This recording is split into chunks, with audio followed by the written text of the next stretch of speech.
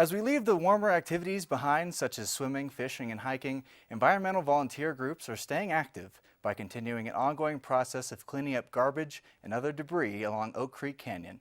Jennifer Miraval joins us in studio now after having visited Oak Creek Canyon recently and talking with volunteers.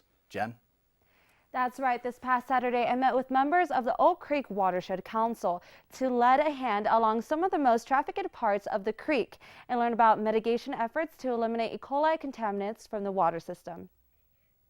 Dalton Zanetti is one of a dozen volunteers working to combat a constant threat. Since about 1973, we've had an E. coli issue in Oak Creek, which comes from fecal bacteria. And the main cause of that is so many people come here and a lot of people leave trash. It actually attracts animals like skunks and raccoons down by the water.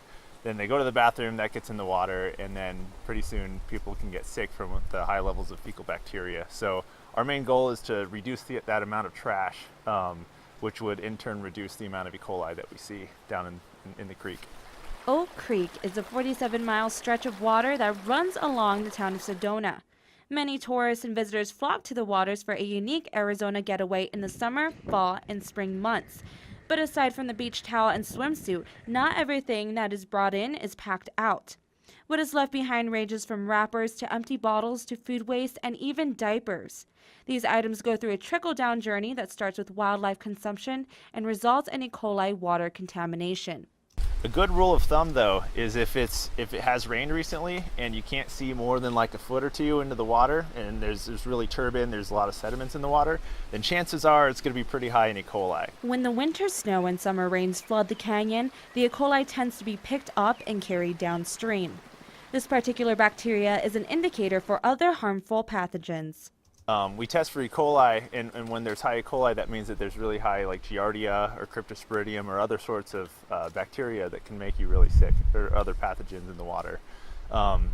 So it's a health concern when the E. coli level is up so high. The group continues to have creek cleanups once a month every month throughout the winter. Along with cleanup efforts, the council is also involved in other projects, such as restorations on Schneebly Hill Road. For those interested in joining the volunteering efforts, you are encouraged to message the Oak Creek Watershed Council on Facebook. Jennifer Miraval, NAZ Today. Thanks for that, Jen. If you're interested in learning more about this story, you can visit the NAZ Today webpage to view our in-depth documentary.